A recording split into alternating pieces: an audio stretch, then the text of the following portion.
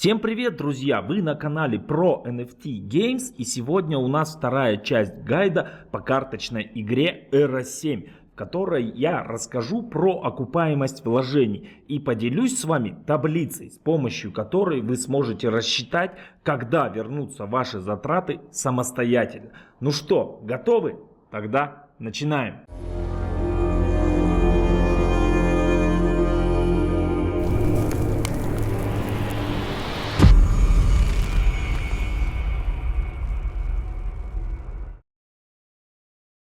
Друзья, небольшое предисловие перед началом. Мы с командой решили запустить конкурс, где будем разыгрывать 50 долларов на еженедельной основе среди подписчиков нашего канала. Вот, чтобы все было честно, прозрачно, мы сделали вот такую небольшую глим-форму. Ссылочку я оставлю в описании, как обычно. В общем, присоединяйтесь, правила очень простые, нужно подписаться на телеграм-канал, на YouTube канал, написать осмысленный комментарий к видео, поставить лайк.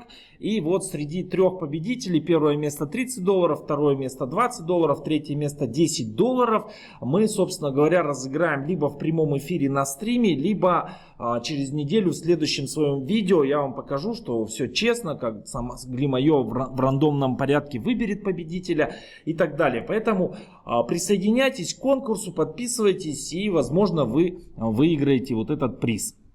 Ну и еще одно буквально небольшое отступление. К прошлому видео, где я рассказывал про стартовую бесплатную колоду, очень много комментариев было, и в личку мне писали ребята, спрашивали гайд на колоду от 50 до 100 долларов сделать просили.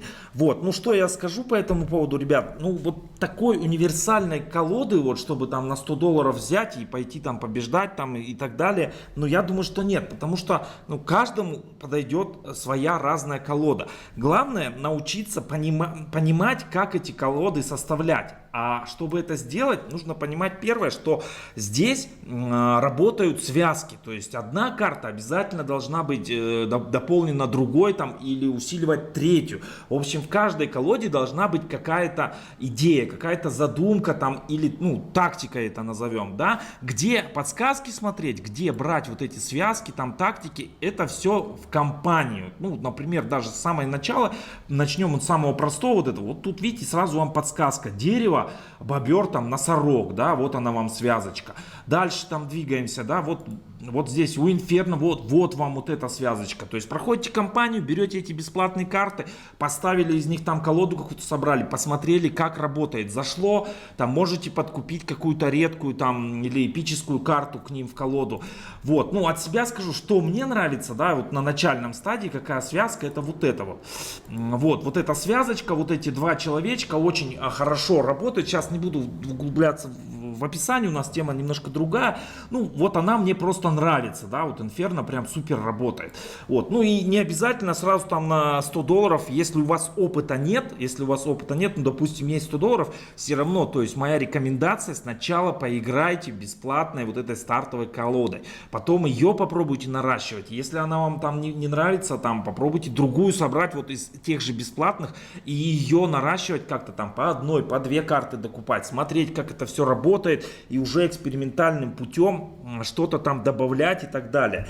Вот, ну, в третьей части гайда я покажу вам свою колоду. Ну и забегая вперед, скажу тоже, что я ее, например, поменял там 3 раза. Ну вот я уже сегодня наконец-таки залетел в топ-200 с этой колодой. Я ее покажу обязательно, расскажу, как я ее менял и так далее, там, чем аргументировался и так далее. Вот, ну тоже скажу, что у меня, допустим, опыта предыдущего нет, там в такие игры, как Hearthstone, я не играл, поэтому я вот так вот начинаю помалу, по чуть-чуть. Если у вас, конечно, есть опыт Hearthstone или каких-то вот наподобие игр, то да, вы уже знаете четко, как что работает, то можно закупать сразу на 100, на 50 долларов колоду и ей там как-то играть. Ну, вы просто уже знаете, что у вас нравится, какая вам стратегия по душе и так далее. Единственное, что напишите в комментариях, если зайдет вот такой формат, я могу сделать, например, обзор карт. Ну, типа топ-10 редких карт. И там взять по эти 10 карт, ну, на мой взгляд, которые там самые хорошие, про них рассказать, с кем сочетаются, как работают, в каких связках используются и так далее. Там топ-10 эпических карт. Там. Ну и вот такой формат. Если зайдет, пишите в комментариях. Ну а мы давайте начнем, вернемся к теме нашего видео и начнем уже про окупаемость карт. Чтобы посчитать окупаемость, я сделал вот такую вот небольшую Google таблицу. Обязательно ею с вами поделюсь. В описании будет ссылочка. Заходите, устанавливайте, пользуйтесь. Единственное скажу, что это, давайте так назовем, бета-версия этой таблички. Ее нужно еще там модерировать. Поэтому не стесняйтесь, пишите в комментариях, что добавить, что непонятно, что может быть улучшить. Или в Telegram-чат добавляйте, там давайте будем обсуждать. Ну то есть я эту табличку в целом хочу дальше наполнять. У меня очень многих данных не хватает. Я не нашел, тут нужно как раз сообщество, делитесь данными, я там буду по ходу говорить, какие данные, делитесь. В общем, эту табличку давайте мы с вами вместе будем ее усовершенствовать, улучшать, чтобы она становилась более функциональной, более такая рабочая.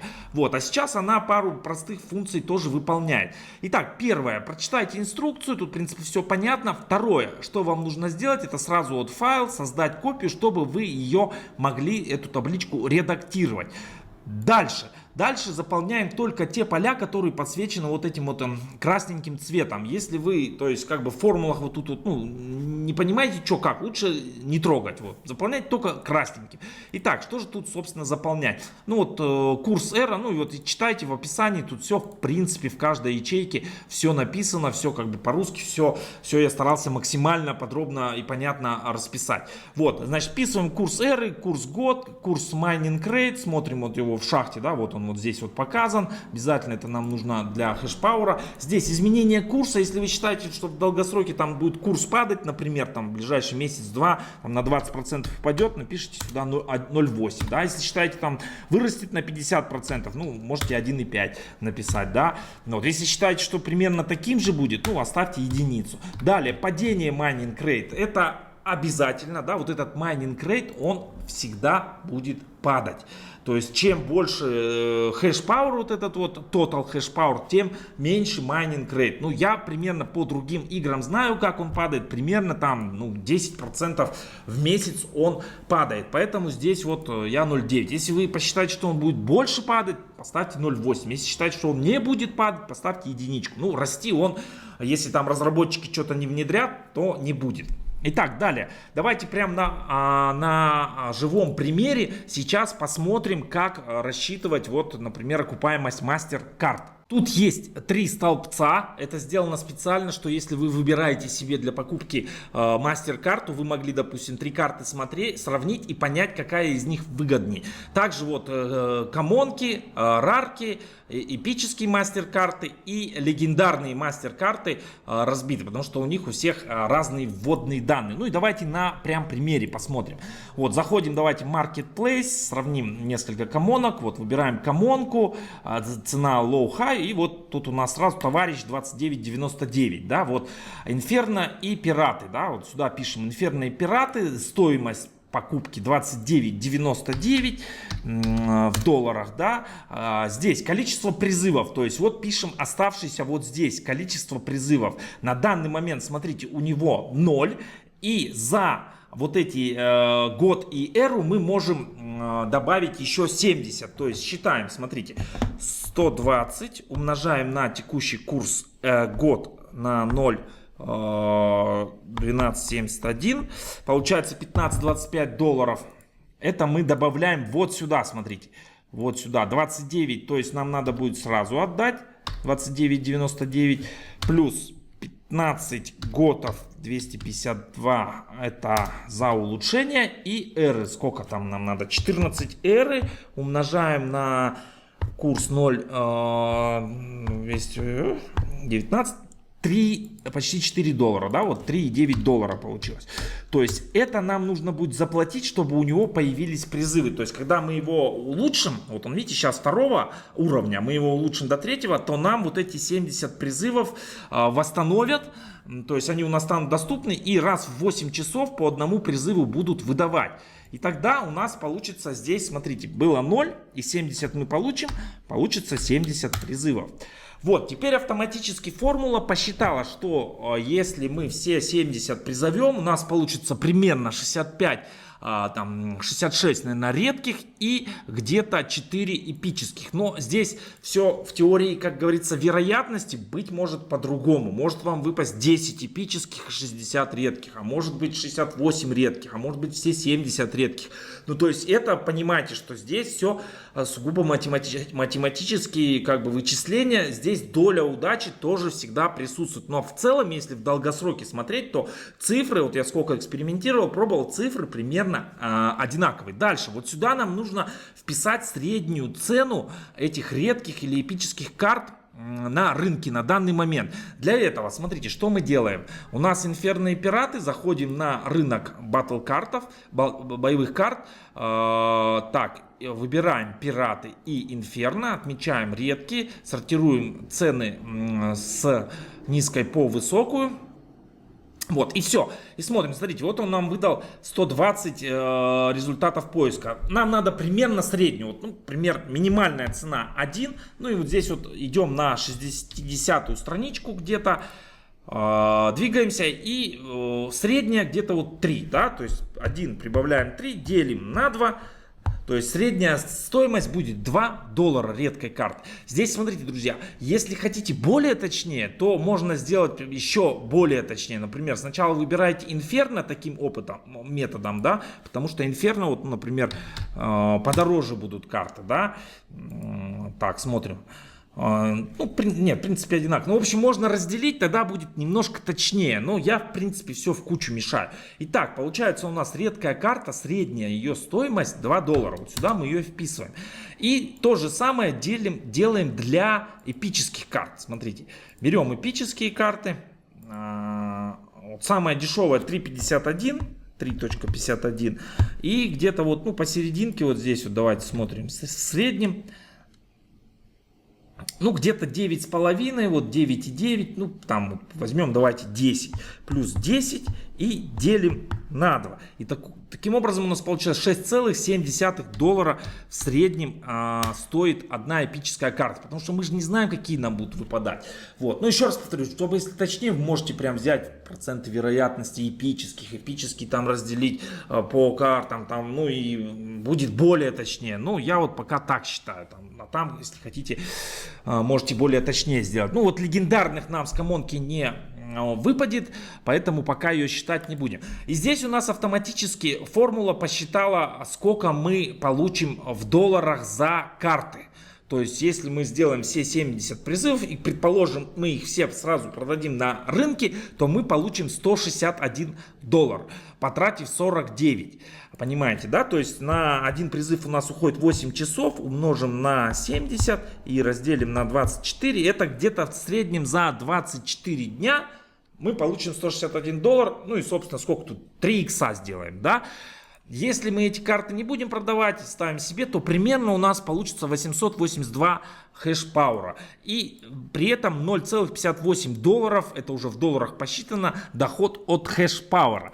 Ну и, собственно говоря, здесь возврат инвестиций в днях. То есть примерно мы свои инвестиции вернем за 7 дней по картам и за 108 дней по хэш-пауэру. Ну, вот такая вот, ребят, математика. То есть, ну, если вы эти карты себе оставляете, то тот же, в принципе, расчет верный. Ну, вам с рынка не придется покупать. Конечно же, здесь зависит от того, какие вам карты будут покупать. Нужны они вам, не нужны. Поэтому, как я говорил ранее, поиграйте сначала бесплатными. Поймите, во-первых, какие вам там расы нужны. А дальше уже поймете, какие они вам карты нужны, какие не нужны. И только потом уже покупайте вот мастер-карту. Ну и давайте мы сравним с другой, да, мастер-картой. Вот. Ну, тут давайте какую-нибудь подороже возьмем. Ну, давайте вот тоже инферно. Так, нулевки. Ну, давайте какого-нибудь возьмем, не нулевочку, да, чтобы... Потому что вот моя ошибка, да, я вот такой анализ не проводил. Я первую свою мастер-карту взял и смотрел, чтобы у него было... вот здесь побольше, да, призывов текущих. На самом деле, вот я сейчас сделал расчет и понял, что это далеко не так. Так, ну давайте вот возьмем Ну, 35 за 49. Давайте вот этого вот товарища возьмем. 35 за 49. Вот у него 9 есть. И еще 35 уже есть готовый. Ну и вот смотрим. У него цена 49. Это у нас пират и магия. Да, вот смотрите. Пират, магия. Цена покупки, опять же таки, смотрим. 49. Равно 49 сюда. 35 призывов у него уже есть за эти 49 долларов. Так. Ну, давайте вот на этом пока остановимся. Посмотрим, что нам дадут. Так, ну, карты, ну, давайте, хорошо, быстро. Просто стараюсь сэкономить ваше время. Карты редкие. Так, это у нас пират и магия, да? Пират и магия. Редкие, опять же таки, самая дешевая 1 и средняя. Ну, также, короче, 2 доллара также. И эпические.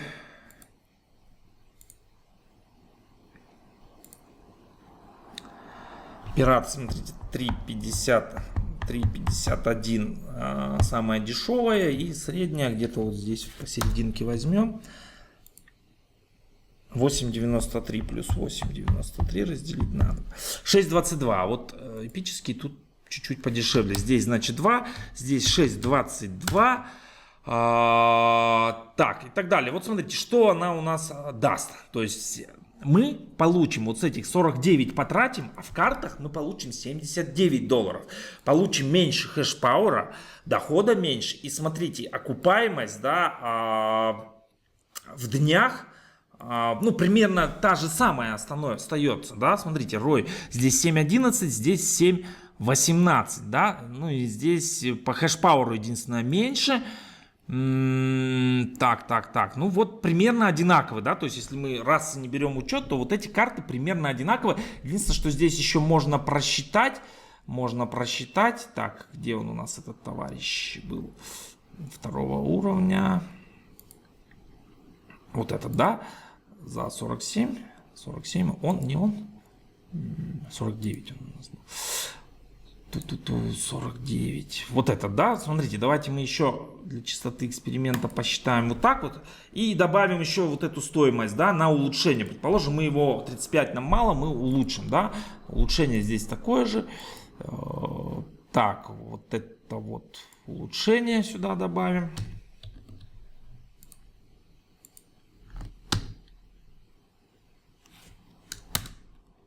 68 и сюда еще 70 добавим. Призывов мы получим за эти деньги.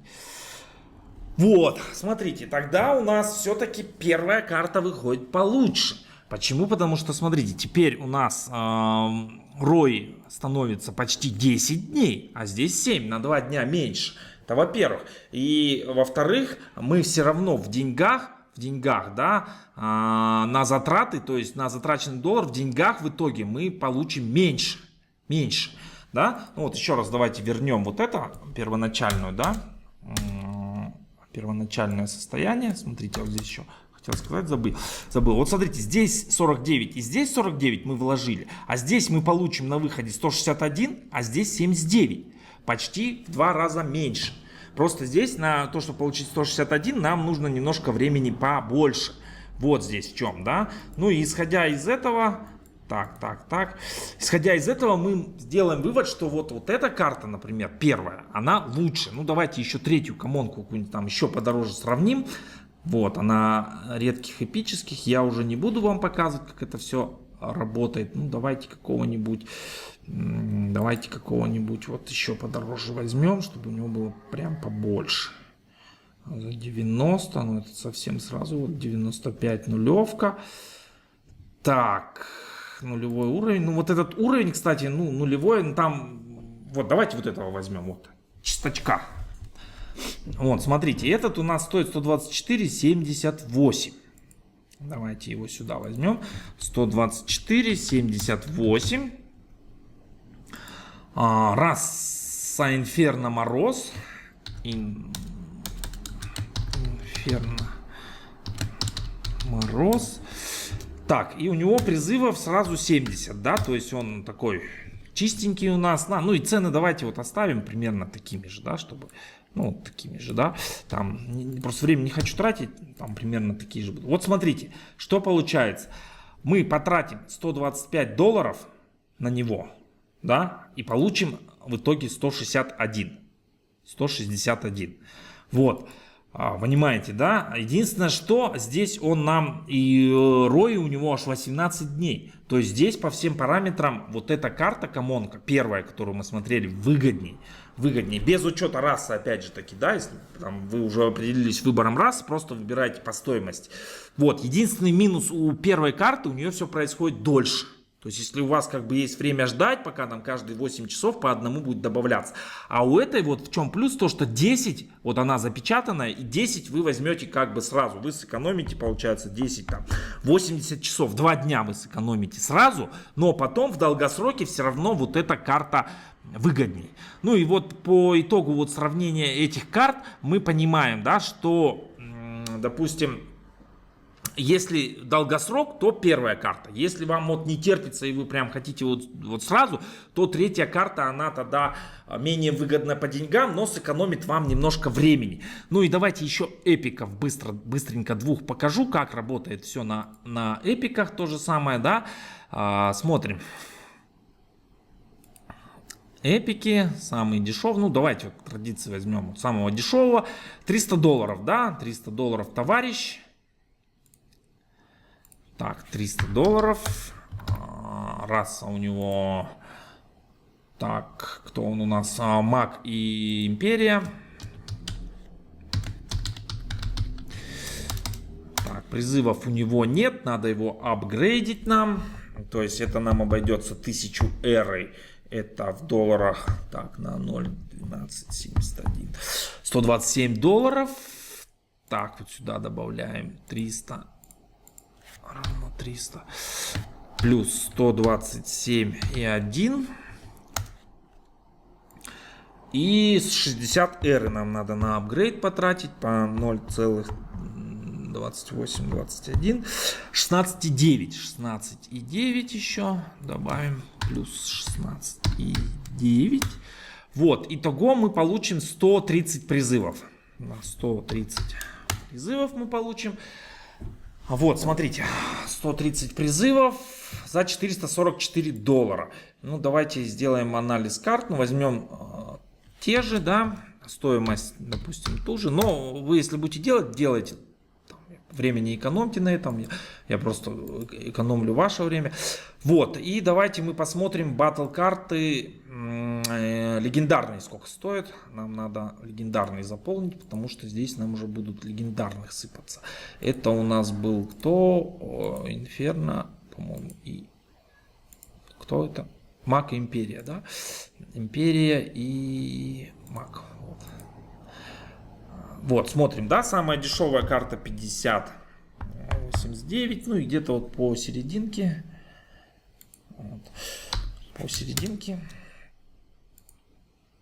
Но, кстати, вот по легендаркам я бы сделал более точный анализ, чтобы более точно среднюю карту определить. Тут их можно посортировать. Ну и вот средняя, допустим, возьмем там 80.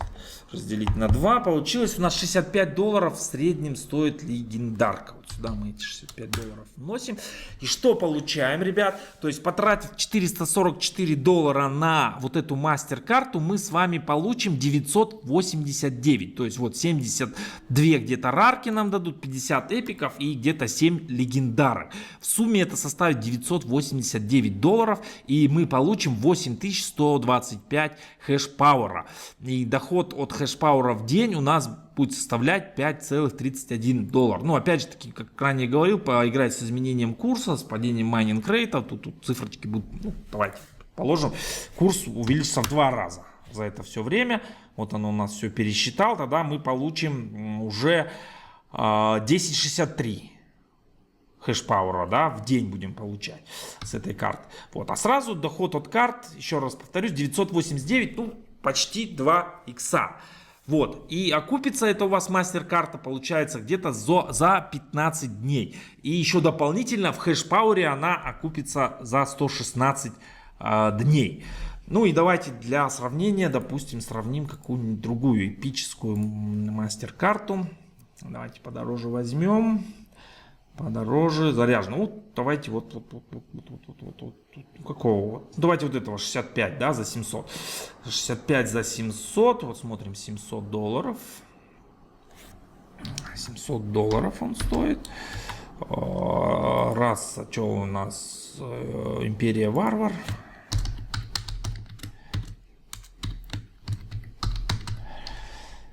Империя Варвар. Так, призывов сколько у него? 65 призывов. 65 призывов. Ну и цены давайте те же самые возьмем.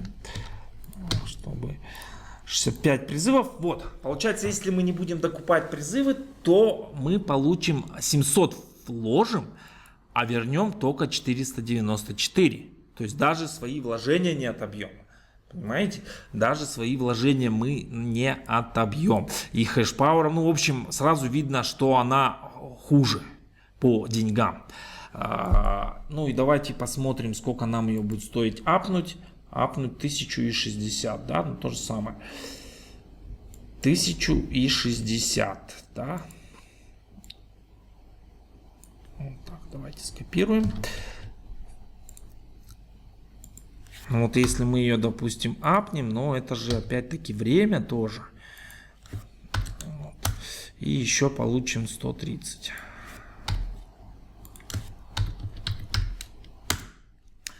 Ну вот, если мы ее апнем, тогда только у нас получится выйти в плюс. Ну и то там не так, как в первом случае, понимаете? И вот Рой, там это у нас мастер-карт тогда за 27 дней купится. Ну и вот по всем параметрам мы видим, что первая эпическая карта в плане денег выгодно. Ну и вот также можете, если кому надо, легендарки тут сравнить, вот в общем посчитать всю эту вот выгодность, все вот поэкспериментировать. Ну очень полезно тем, кто уже вот выбрал расу и ищет карту, мастер-карту себе для покупки. У меня лично, я такую таблицу не додумался вначале сделать. Купил первый там мастер-карты и купил, скажу честно, невыгодно. Потом пришлось продавать, обменивать и так далее, и так далее. В общем, немножко я это деньги потерял. Надеюсь, вы, если будете пользоваться, это вам принесет пользу. Но помните, это не финансовый совет ни в коем случае. Я делюсь только своим опытом, своими наработками. Также, чего не хватает, не забывайте, пишем в комментариях. А мы с вами двигаемся дальше. Сейчас посчитаем, как окупается у нас колода. Видео получается слишком длинным. Надеюсь, не будете на меня за это ругаться. Но хочу просто все вам рассказать, чтобы все было понятно, четко. Поэтому, если что, включайте ускоренный режим. Мы продолжаем. Итак, окупаемость колоды. Смотрите, здесь то же самое. Вверху заполняем вот эти данные. Единственное, здесь я добавил коэффициент понижения от сезона к сезону.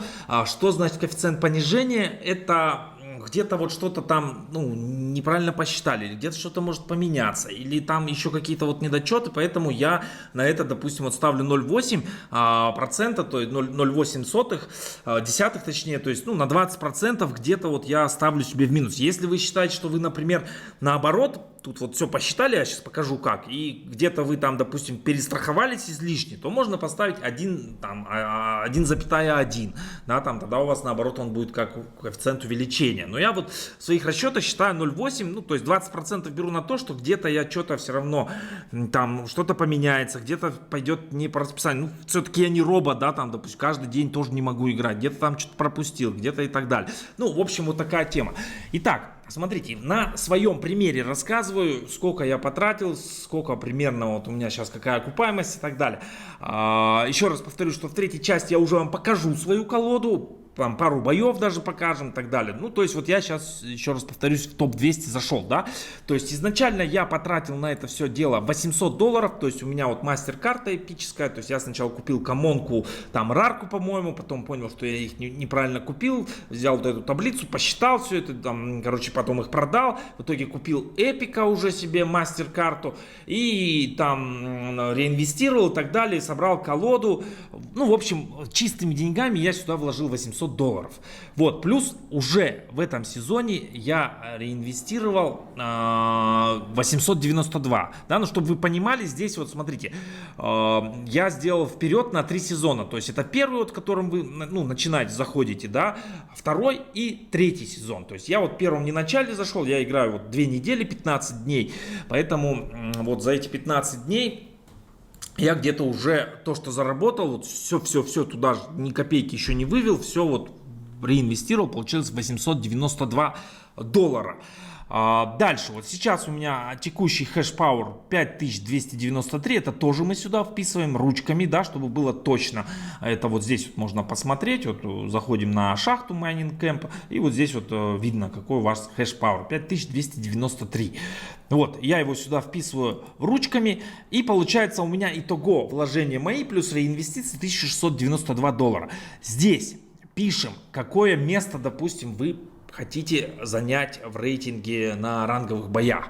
То есть я вот здесь уже записал по факту. Первую неделю я закончил в топ-500.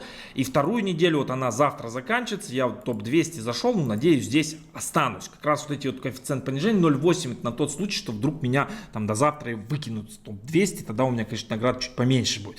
Вот. И здесь я, смотрите, пишу 0,0. Почему? Потому что как раз уже закончится сезон месячный.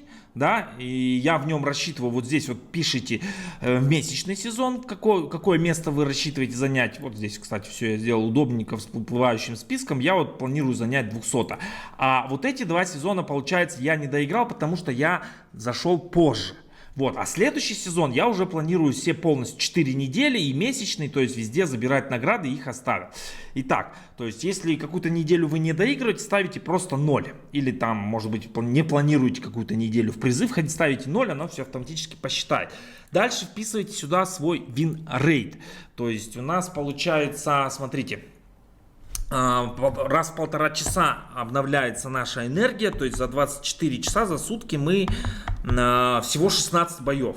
Посчитайте за сутки, сколько, допустим, из 16 вы выигрываете, 60, 50, 70 там процентов. Ну, я вот посчитал, у меня вот сейчас 60, где-то даже чуть больше 65%, да, ну, у меня там рейтинг повыше, сейчас выигрывать становится сложнее, поэтому я вот написал 60.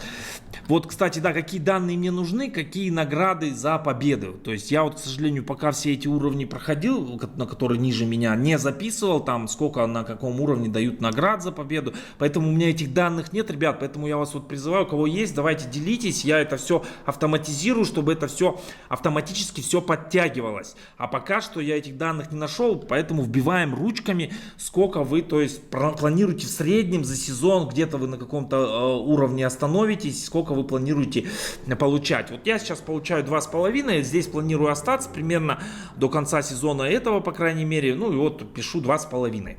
Вот. Единственное, конечно, здесь сложность вам на начальном этапе будет посчитать, допустим, вы говорите, я вот там $200 вложил, пока не понимаю, на каком, где я буду, в каком рейтинге. Для этого вам немножко надо, конечно, чуть-чуть там опыт иметь, поэтому, ну, немножко поиграйте, уже поймете, где вы, как, обоснуйтесь, насколько у вас сильная колода и так далее, и так далее. Вот.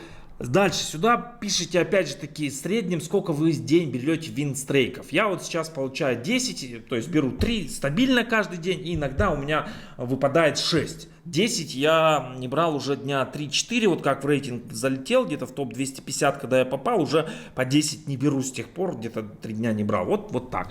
Да, автоматически все у меня подсчитывает. Вот смотрите, где-то у меня 34 токена год в день будет доход вот с этих чисто боев, без учета призов-то вот в долларах 4,6.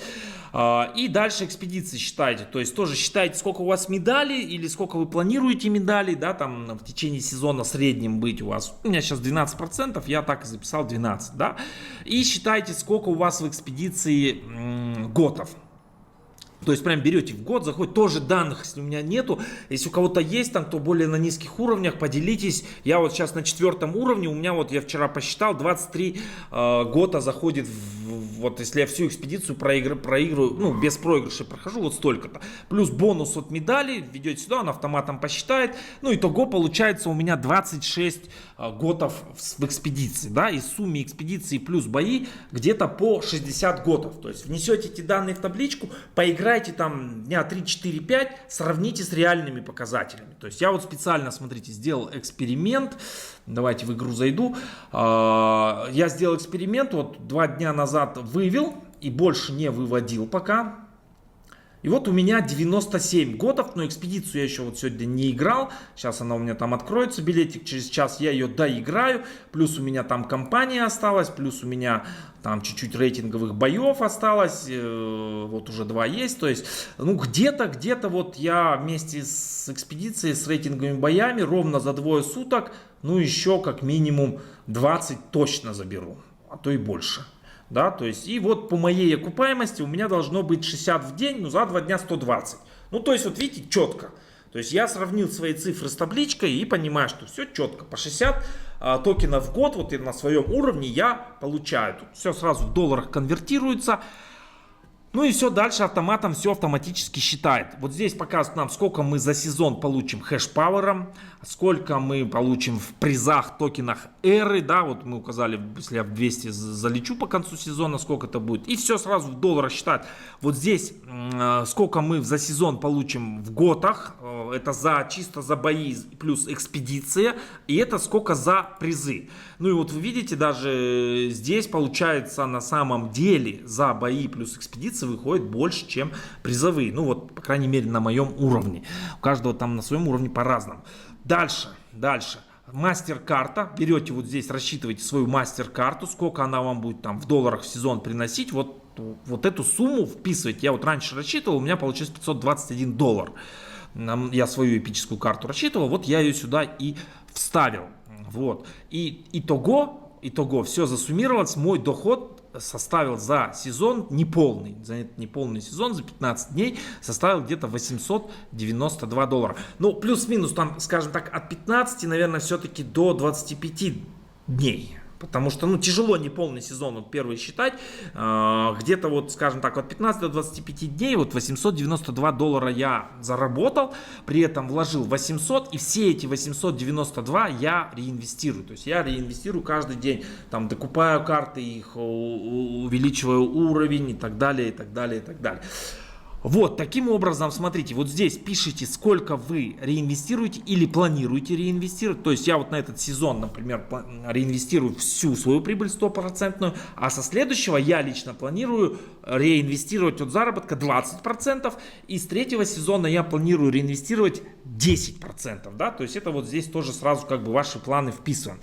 Теперь смотрим. Второй сезон, когда начнется, на что я могу рассчитывать. То есть по моим реинвестициям, то есть я за сезон еще где-то 276 долларов реинвестирую. Где-то хэш-пауэра я достигну примерно 7000 долларов. Да? Вот такие вот места, допустим, я на первой неделе еще в 200 планирую, топ-200 остаться. А со второй недели уже планирую, не знаю, как получится, конечно, в топ-100 переместиться и завершить сезон следующий уже на топ-100. Не знаю, хватит ли мне вот этих 276 дополнительных реинвестиций, но думаю, что хватит. Надеюсь, по крайней мере. Также винрейт примерно я оставлю 60%. Там уже награды, скорее всего, я не знаю, насколько там платят на высших уровнях, но судя по этим, там по пол токена дают за каждый уровень. Ну, где-то буду по 3 получать. Ну и винстрейков, соответственно, по 15. Ну и вот все то же самое, все это посчиталось. И у меня выходит, что я буду зарабатывать, ну, там, даже чуть меньше у меня, да, выходит, по 57 токенов в год, в день. Почему-то меньше вышло, да? Почему так? Потому что у меня коэффициент понижения здесь. Со второго сезона я коэффициент понижения заложил, все правильно, да. Вдруг что-то пойдет не так и так далее. Поэтому у меня даже по 57 токенов год в день. Ну и так далее. Вот все, призы засуммировалось. Здесь мастер-карту я оставил также. Хотя, наверное, может быть будет больше, потому что на продление уйдет больше, чем на... Ну, примерно так же останется, скорее всего, да. Ну и вот, смотрите, итого мой доход на следующий сезон плановый составит 1378 долларов, из которых я 20 реинвестирую, и 1102 доллара я смогу уже вывести. При том, что я изначально вложил 800, я считаю, это будет неплохой результат, если я его достигну. А достигнуть я его, конечно, могу. То есть, видите, уже на второй сезон расчет делать проще. То есть, вот я уже поиграл, примерно свои показатели знаю, примерно свои финансы знаю, я это все в табличку вбил, и уже я примерно понимаю, сколько здесь я могу ожидать. Опять же таки, можно поиграться с курсом. Ну, например, если он увеличится там в половину, на 50%, то мой доход уже составит 1445 долларов. Вот. Ну, вот если, допустим, убрать коэффициент понижения, допустим, все я правильно рассчитал, то 1500. Это чистая прибыль, которую я выведу за месяц, ребят. И следующий вот сезон то же самое. Уже, видите, я реинвестировать планирую чуть поменьше. 1700 долларов составит моя чистая прибыль. Ну, то есть, это опять же таки, ребят, все прогнозы, все расчеты. Всегда учитывайте, что что-то может пойти не так, что-то изменится, что-то поменяется и так далее, и так далее. Поэтому всегда оценивайте свои риски и самое главное, не вкладывайте ту сумму, которую вы боитесь потерять. Ни в коем случае там какие-то заемные деньги и так далее. И помните, что это еще раз повторю, не финансовая рекомендация. Поэтому, друзья, все. Давайте добавляйтесь в Telegram, пишите в комментариях, делитесь информацией. Да, я ее тогда табличку сделаю более, скажем так, информативную. Не забывайте про конкурсы. И в следующем видео я уже покажу свою колоду в действии. На этом всем пока, всем профита, до встречи на игровых полях.